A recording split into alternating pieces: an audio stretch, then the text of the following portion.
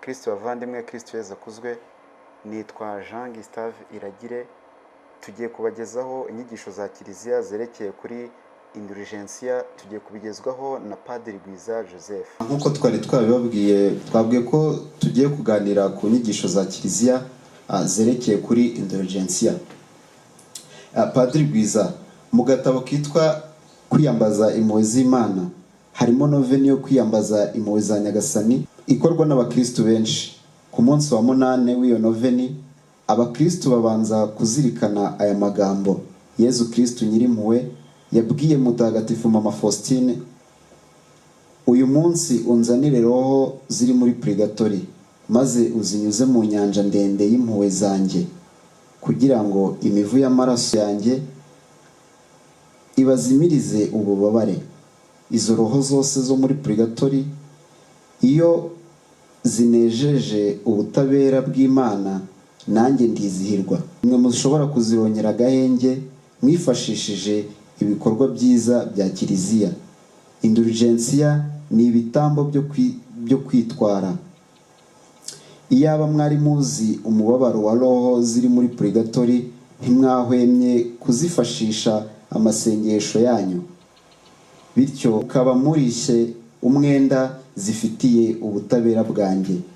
Nyamara nubwo abakristu basoma kenshi iryo jambo indulgensia, ntabwo bose bazi neza icyo risobanura. Birashoboka ko hari n'umuntu wumvise bwa mbere iryo jambo, cyangwa se akaba yagize kumva bavuga ngo nukora iki gikorwa uzaronka indulgensia, cyangwa ngo nuvugira isengesho uzarongera indulgensia, roho iri muri purgatori, ariko ntasobanukirwe n'icyo indulgensia icyari cyo. Niyo mpamvu ngira ngo mu ntangiriro z'iki kiganiro usobanurire icyo indulgensia icyari cyo. Gustave, urakoze. Nkuko tubisanga muri gatigisimu ya Kiliziya Gatolika, cyane cyane ku nimero yaho 1471, ndetse no mu bitabo by'abahanga muri teolojiya, basobanura ko indulgensia ari imbabazi umukristo wicujije aronka imbere y'Imana ku bihano by'igihe gito byakuruwe n'ibyaha byamaze guhanagurwa muri penitensiya. Ahangaha mpagize akabazo. None se iyo umukristo yicujije ibyaha bye muri penitensiya, ntabwo aronka imbabazi zuzuye? Nk'uko inama nkuru ya Kiliziya yabereye i Torino ibivuga, imbabazi duhabwa mu isakaramentu rya penitensiya zivanaho icyaha, ariko ntabwo zikiza ingaruka zose ziterwa n'icyo cyaha. Kugira ngo urusheho kubyumva, batekereza ko ari ngombwa ko nakubwira muri make ingaruka ziterwa n'ibyaha dukora. Hari ingaruka zigaragara mu kwangirika kw'ibidukikije. Ikindi kandi, ibyaha byinshi bigirira nabi bagenzi bacu kuri roho no ku mubiri. Ntabwo twakwirengagiza ko icyaha kinakomeretsa kandi kigaca intege uwagikoze ubwe, cyangiza umubano we n'Imana ndetse n'uwa mugenzi we. Ibyo bitekereza ko nta muntu ubishidikanyaho. Ariko rero hari n'izindi ngaruka ziterwa n'ibyaha dukora Kiliziya isobanura mu byiciro bibiri. Ingaruka zo mu cyiciro cya mbere zitwa ibihano by'iteka, dukunda kuvuga ngo le peine éternelle du péché. Ibyo bihano by'iteka ni uko icyaha gikomeye kituvutsa kunga ubumwe n'Imana ndetse n'ubugingo bw'iteka, bityo kikatwerekeza mu nyenga y'umuriro utazima. Cyakora biri n'amahire, iyo duhawe isakaramentu rya penitensiya ridukuraho ku buryo bwuzuye ibyo bihano by'iteka, kandi iryo sakaramentu ridusubiza inema ntagatifuza twitesha iyo ducumura. Iryo sakaramentu rikaduha kongera kugirana ubucuti buhebuje n'Imana, nk'uko gatigisimu ya Kiliziya Gatolika ibitubwira. Ingaruka zo mu cyiciro cya kabiri zo zidukurira ibihano by'igihe gito. Izo ngaruka ni uko icyaha icyo ari cyo cyose cyaba icyoroheje cyangwa igikomeye, gituma hari ukuntu twihambira ku biremwa mu buryo budahuje no gushaka kw'Imana, attachement malsain aux créatures. Ugasanga umuntu yihambiriye ku kiremwa runaka akakizirikaho kurusha uko yiziritse ku Mana. Uko kwihambira ku biremwa mu buryo budahuje no gushaka kw'Imana bidukurura ibihano by'igihe gito kugira ngo umuntu yinjire mu ijuru mu bumwe bwuzuye kandi bw'indatana n'Imana. Agomba kwihanagurwaho byose, agasukurwa ku buryo buhagije kugira ngo ahanagurweho inenge zose zatewe no kwihambira ku biremwa mu buryo budahuje nyine n'ubushaka kw'Imana. Uko gusukurwa nibyo bimukuraho bya bihano by'igihe gito twavuze haruguru, bishobora kurangirizwa muri ubu buzima bwa hano ku isi cyangwa se muri purgatori. Cyakora ibyo bihano by'igihe gito na bya bihano by'iteka ntibigomba gufatwa nk'ibitangwa n'Imana ku buryo bwo kwihorera, ahubwo biterwa na kamere y'icyaha ubwacyo. Ikindi kandi nk'uko nabikomojeho haruguru, ibyaha byinshi bigira nabi bagenzi bacu kuri roho no ku mubiri, kandi byangiza ibidukikije, bigasenyuka, bikadusenya, bikadutandukanya n'ubwiza bw'Imana. Kubera iyo mpamvu ni ngombwa rero ko dukwiye kuronka indulgensiya nk'izidukuraho ibihano by'igihe gito twatewe n'ibyaha twakoze ariko byabariwe mu isakaramentu rya penetensiya. Ni ngombwa gukora ibishoboka byose rero kugira ngo twiyunge n'Imana. Umuntu yunga na mugenzi we, asubiza ibintu bye, asubiza icyubahiro uwo muntu yasebeje, asana n'ibyo yangije, ariko bitewe n'imiterere y'icyaha hari ibyo umuntu yangiza bigasenyuka akaba adashobora kubisubizaho cyangwa ngo yongere abisubize uko byahoze mbere. Indulgensiya rero ndangije kubisobanura muri makeya, ni imbabazi turonka ku bihano, ku ngaruka z'ibyaha twakoze ku byabariwe muri penetensiya. Mbese nk'umuntu aramutse agize ibyago agakomereka ku mubiri we, noneho uruguma akarwomoza imiti isanzwe, urwo ruguma iyo rumaze gukira hasigara inkovu. Iyo nkovu rero ni ingaruka ya rwa ruguma yari afite. Rero umuti washyiraho kugira ngo ya nkovu isibangane burundu niyo twagereranya nka indulgensiya. Murakoze.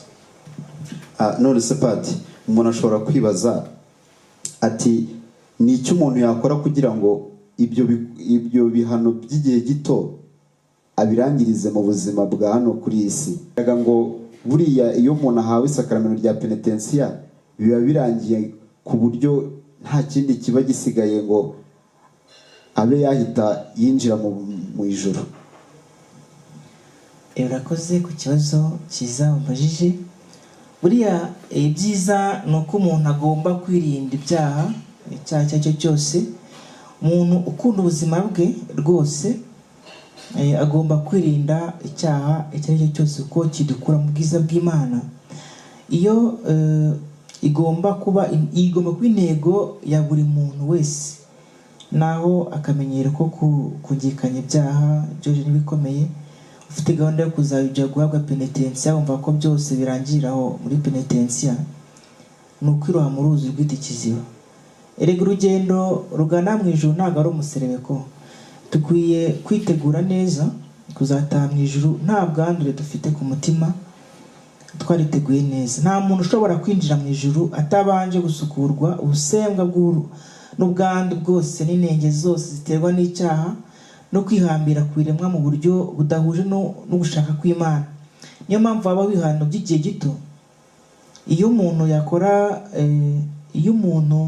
yakora kugira ngo ibyo bihano by'igihe gito abirangirize mu buzima bwa hano ku isi nk'uko abimbajije, ni uguhabwa isakaramentu rya penetensiya, hanyuma agatanga icyiru ku buryo bukwiye cyangwa agahongerera ibyaha bye. Ari nayo mpamvu icyo cyiru cyitwa impongano nk'uko Gatigisima Kizagatolika ibitubwira mu nimero yayo y'ijana 1459. Ikindi kandi nk'uko tubisanga mu bitabo by'abahanga muri teolojiya, umuntu agomba kwihanganira imibabaro n'ibigeragezo by'amoko yose, kandi agahangana n'urupfu mu mutuzo igihe ruba ruje, akihatira kubyakira nk'ingabire y'Imana, kuko bimufasha gusukurwa no guhanagurwaho ibihano by'igihe gito. Agomba no kwiyambura burundu muntu w'igisazira, akambara muntu mushya, nk'uko tubisanga mu ibaruwa Mutagatifu Pawulo yandikiye Abanyefezi, umutwe wa 4 umurongo 24. Ibyo abigeraho yitabira ibikorwa by'imbabazi n'iby'urukundo, yitabira gusenga no gukora ibikorwa binyuranye byo kwihana, mbese ibyo bikorwa birongera umuntu indulgensiya. Ariko kubera ko akenshi tudahongerera ibyaha byacu ku buryo buhagije, Kiliziya ishingiye ku bubasha yahawe na Kristo Yezu ubwe bwo kuboha no kubohora, ko tubisanga mu Ivanjiri ya Matayo umutwe wa 16 umurongo wa 19, Kiliziya yagennye ubundi buryo bwo kuronka imbabazi z'Imana ku bihano by'igihe gito nyuma yo kubabarirwa ibyaha mu isakramento rya penitensiya.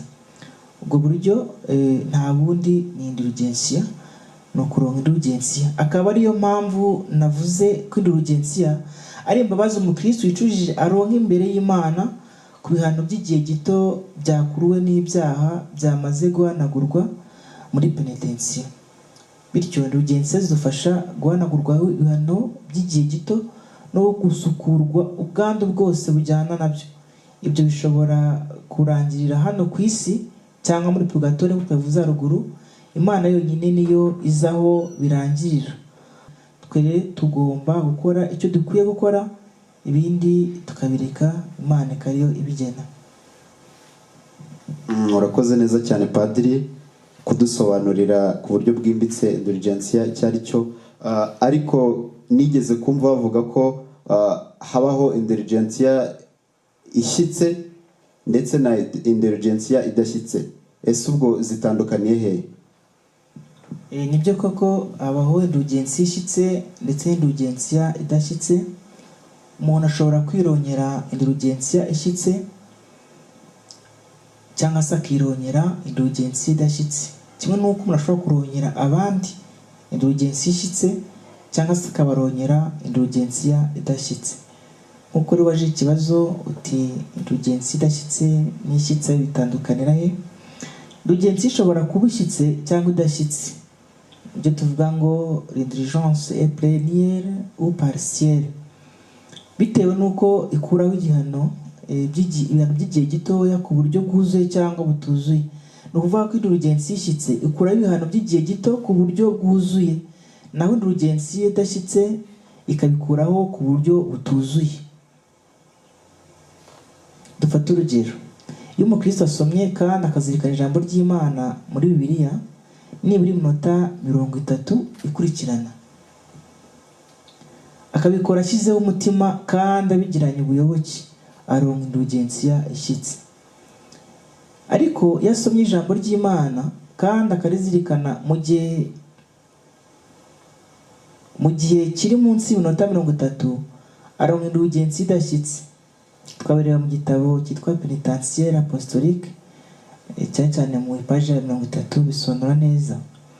Ikindi, iyo umuntu azirikanye cyane cyane mu sejo yo gushengerera butagatifu, akazirikana biriya bisingizo by'isakramento bitagatifu abisizeho umutima yabiteguye, nabwo aronka indulgensiya ishyitse. Nk'uko kandi Gatigisima Kiliziya Gatolika bitwigisha, izo ndulgensiya umukristo ashobora kuzirongera cyangwa kuzirongera abantu bapfuye bitewe n'icyifuzo cye. Iyo tubisanga kandi mu bitabo bitandukanye byanditswe n'abahanga muri teolojiya, ko umuntu ashobora kurongera abandi indulgensiya ishyitse cyangwa idashyitse, cyangwa ubwo akirongera indulgensiya ishyitse cyangwa idashyitse. Murakoze cyane. Uvuze ko umukristo ashobora kurongera abantu bapfuye indulgensiya. Ese izo indulgensiya hari icyo zahindura ku rubanza Imana iba yaraciriye rwo kubashyira mu ijuru cyangwa se mu muriro w'iteka? Urakoze. Byose bigana ku muzi Imana kandi tuba tuzakambira Imana kugira ngo duhe imbabazi zayo, turonke impuhwe zayo, nk'uko nyicyubahiro Musenyeri Kizito Imihigo yabyanditse mu gitabo yise Ibanga ryo gusenga, cyane cyane ku ipaji ya 80 kugeza kuri 81, ndetse ukanasoma paji yaho ya 83. Iyo umuntu apfuye, ibikorwa bye byiza bituma roho ye ijya mu ijuru. Ibyo rwose ntabwo tubishidikanyaho. Roho ya wa wundi upfa yararanzwe ahanini no kugira nabi mu buzima bwe bwo ku isi, akigomeka ku Mana kandi akarangira umutima, mbese agahitamo ko nk'aho Imana itariho, roho ye imanuka ijya mu nyenga y'umuriro utazima igihe apfuye. Ku munsi w'imperuka niho hazacibwa urubanza rwa nyuma, nuko imibiri ikazukira gusanga roho aho ziri, mu ijuru cyangwa mu muriro ikuzimu. Ari umuntu upfa afite ibikorwa byiza bihagije kandi roho ye ikeye nta nenge namba, maze agahita ajya mu ijuru, ari n'upfa aboneza iyo umuriro w'iteka kubera ibikorwa bye bibi, bombi ntibakennye isengesho ryacu. Murakoze cyane Padiri kudusobanurira. Ariko umuntu ashobora kwibaza ati se ni iki twakora kugira ngo twirongere indulgensia ndetse tuzirongere n'abapfuye bari muri purgatori? Urakoze. Haruguru twahise nk'abikomozaho tuvuga ko ari ibikorwa umuntu akora kugira ngo yirongere mbe na mbere indulgensia ishyitse cyangwa idashyitse, cyangwa zirongere aba barapfuye bakiri mu isukuriro. Hari ibikorwa rero binyuranye bituzanira indulgensia, turongeramo indulgensia. Ibikorwa rero ndagira ngo bizaba umwanya uhagije kubiganiraho mu kiganiro cyacu gitaha, ibyo tuzaheraho tuvuga ibikorwa twakora kugira ngo twirongere indulgensia cyangwa se tuzirongere abandi. Nibyo tuzaganiraho mu kiganiro cyacu gitaha. Murakoze cyane Padiri murakoze cyane Padiri. Araza kutubwira icyo umukristo yakora cyangwa se ibikorwa by'umukristo yakora kugira ngo aze guhabwa indulgensia ishyitse ndetse na indulgensia idashyitse. Murakoze cyane.